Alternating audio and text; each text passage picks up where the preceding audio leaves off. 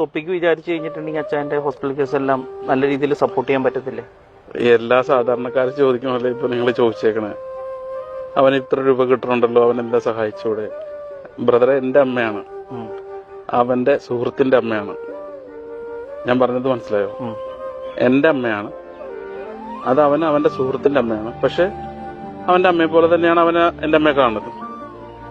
ഞാൻ പറഞ്ഞില്ല, ആഴ്ചയിൽ 3 ദിവസം വെച്ചെങ്കിലും അവൻ ഇവിടെ വന്നിട്ട് 2 മണി 3 മണി നൈറ്റിലാണ് തിരിച്ചു പോണേ.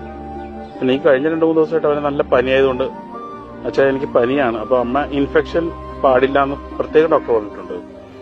അപ്പൊ അവൻ ഇവിടെ താഴത്ത് വന്നിരുന്നിട്ട് തിരിച്ചു പോയിട്ടുണ്ട്. ആൾക്ക് വരുമാനം കിട്ടണുണ്ട്, ആളതനുസരിച്ചിട്ട് മറ്റൊരാളെ സഹായിക്കണമെന്നുണ്ടെങ്കിൽ അവന് പറ്റുന്ന പോലെ, ഞാൻ പറഞ്ഞ വേർഡ് മനസ്സിലാക്കണം, അവന് പറ്റുന്ന പോലെ അവൻ സഹായിച്ചിട്ടുണ്ട്.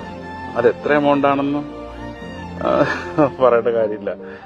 അവന് പറ്റുന്ന പോലെ സഹായിച്ചിട്ടുണ്ട്. അത് ലക്ഷങ്ങൾ തന്ന് സഹായിച്ചു ഒന്നും തെറ്റിദ്ധരിക്കണ്ട. അതിന് ഞാൻ സംതൃപ്തനാണ്. ഇപ്പൊ ഞാൻ ഈ സുഹൃത്തുക്കളോട് സഹായം അഭ്യർത്ഥിച്ചിട്ട് എനിക്ക് 1 രൂപ തന്നവരുണ്ട്, 10,000 രൂപ തന്നവരുണ്ട്.